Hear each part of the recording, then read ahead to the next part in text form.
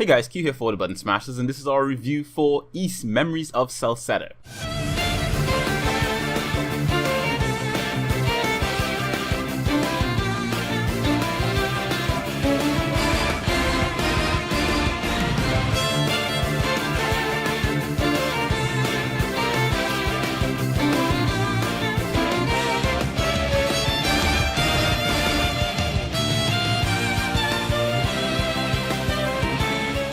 As a huge JRPG fan, it's surprising that I got my first entry to the Ys franchise with Ys 8 Lacrimosa of Dana.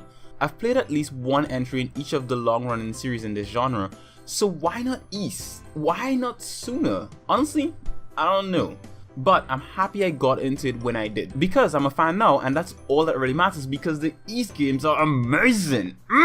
Chronologically speaking, Ys Memories of Celceta is the third entry in the series, but if we're going by release date, it's the second most recent.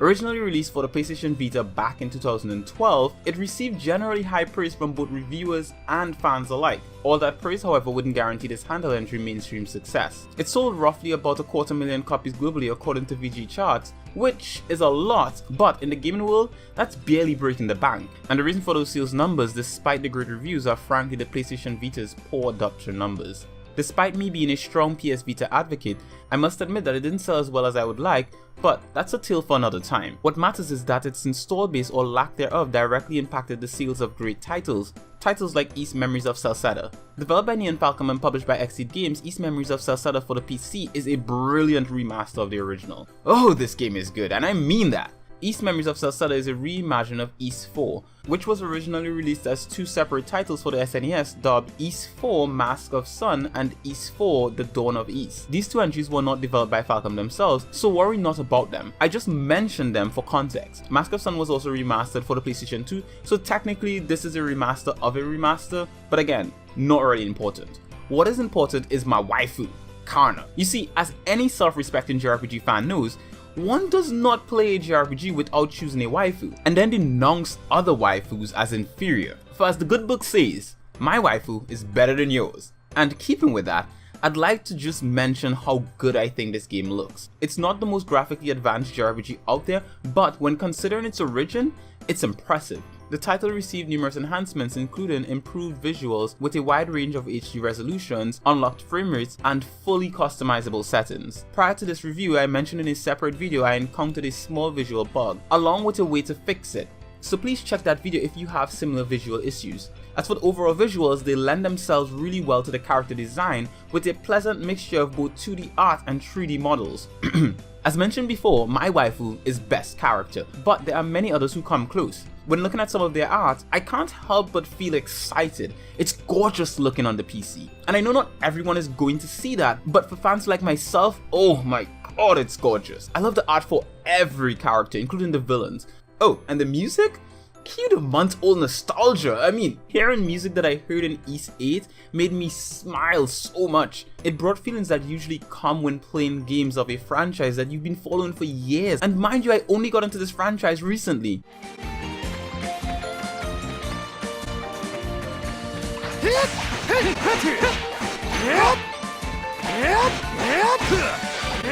The map was also fairly reminiscent of the one in Ys 8 for me. It's a large map filled with lots of places to visit, each with their own look and visual presence, but all connected. You know what? If you haven't seen my Ys 8 review, you should watch that, pause this video, watch that review, and then come back to this one, because pretty much a lot of the stuff that I said about that game stands for this one, which is interesting. The giant tentacle. It's brief, but it was enough to allow me to realize that I was going to enjoy this game's combat system. Characters are able to jump, evade, and use special attacks. This is further enhanced by mixing up attacks, time and evades for a bullet time effect similar to Bayonetta, and using massive special finishing moves. Each character also has certain enemy types that they are more effective against. This is all done in real time and it's mapped to perfection. The difference in location doesn't really matter that much, as this one is set in a forest instead of an island, but again, it doesn't really matter that much because the game is so similar. This forest is filled with awe-inspiring locations throughout. just like East 8. This is also helped by the fact that the game uses a classic style predetermined camera to portray the environments, giving the player the best view of what the developers want them to see. This technique allows for some awe-inspiring locations, though I much prefer the camera in East 8, which locks onto a subject the first time you encounter it, but leaves the control of the camera up to the player. In East Memories of Celceta, you only control how the camera pans in and out from the character. This is managed by the Y-axis on the second joystick, while the X handles the AI commands. These commands being either to avoid or engage with an enemy. You can have up to 3 characters in your party at once, and every one of them is interchangeable, even the main character Adol. So you can mix and match to find the best combination that works for you. Now, me personally, I pick a combination of waifu, Adol, waifu. It's basically how it works. The party can be changed anytime excluding boss battles, so make sure to pick the best party before you enter a boss battle. These being some of the most epic encounters in the game, though I feel Kana breaks a lot of them, especially if you've leveled up her skills. Skills being abilities that can be activated by holding the L2 or L trigger while pressing one of the face buttons. You can map up to 4 of them at a time, each having a max level of 3. They level up the more you use them, and you gain new ones during battle with enemies that are near or above your character's levels. This I believe is a technique to negate overuse of grinding, but then again we're not really sure if that is actually the intent. In combat, each character falls into a different type, either being a slash character, strike, or piercing damage type character. Each is effective against certain enemy types, and mixing and matching them is what makes this such a great combat system. Similar to East 8, you're able to perform timed dodges and guards to gain a small window of bullet time and invulnerability respectively. Personally, I just stuck to dodging as I've never really subscribed to that block in life. Outside of combat, the characters are capable of swimming, and each has the ability to interact with specific environmental obstacles. You also gain use of special items that grant your characters more abilities, such as diving in water, which I found enhances the overall gameplay a lot more.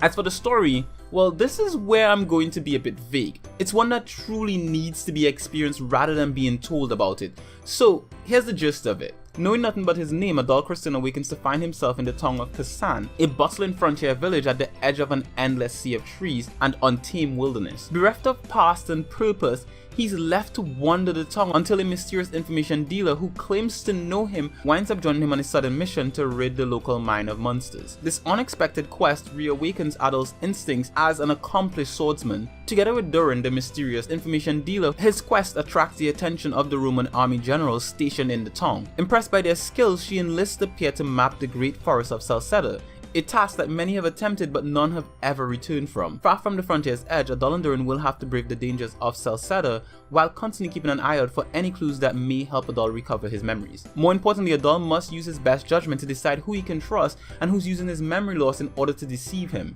Now, that entire quote about the plot was ripped straight from the publisher's press release. It's a tale that gets more and more intriguing the more you progress throughout the plot. The look, feel, and sound is very East, something fans should greatly appreciate. But as mentioned before, I'm not going to spoil more of that plot because I believe it's one that you need to experience yourself. As it stands, this is a great port, however, it's not without its flaws despite how limited they may be. The most major ones being the aforementioned resolution settings, which can be fixed by running the game in borderless window mode instead of full screen. Another is the key binding, which I found to be a bit more troublesome throughout my experience due to the special moves and the character specific abilities being mapped to the same buttons with only a modifier separating them. My recommendation is to switch the modifier to a bumper instead of the default trigger to help limit the accidental use of certain abilities. The entire control scheme is remappable and supports keyboard and mouse, so every player should be covered. Are you nervous?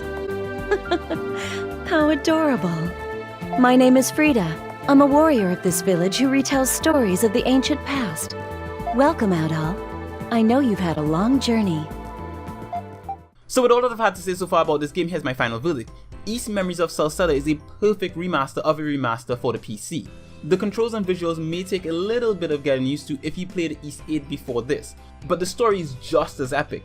It's well paced and filled with twists and surprises from beginning to end. For fans of the East series, this is a well-welcomed addition to their collections. In fact, the nostalgic feeling is very present in this game due to the music, look, and Easter eggs. And though the game is mainly focused on a cast of new characters, familiar faces do make an appearance. So for what this game is and the price that it's going for, an MSRP of $25, I think it's easy to recommend this JRPG to any JRPG fan. It's not very demanding or expensive, but it's a lot of fun. Thank you very much for watching our review of Ys Memories of Celceta. If you enjoyed this review, make sure to hit us a like and leave a comment in the comment section below to let us know what you think about this game. And if you'd like to see more content like this from us, make sure to subscribe to this channel and also hit that bell icon so you always know when we put out new content.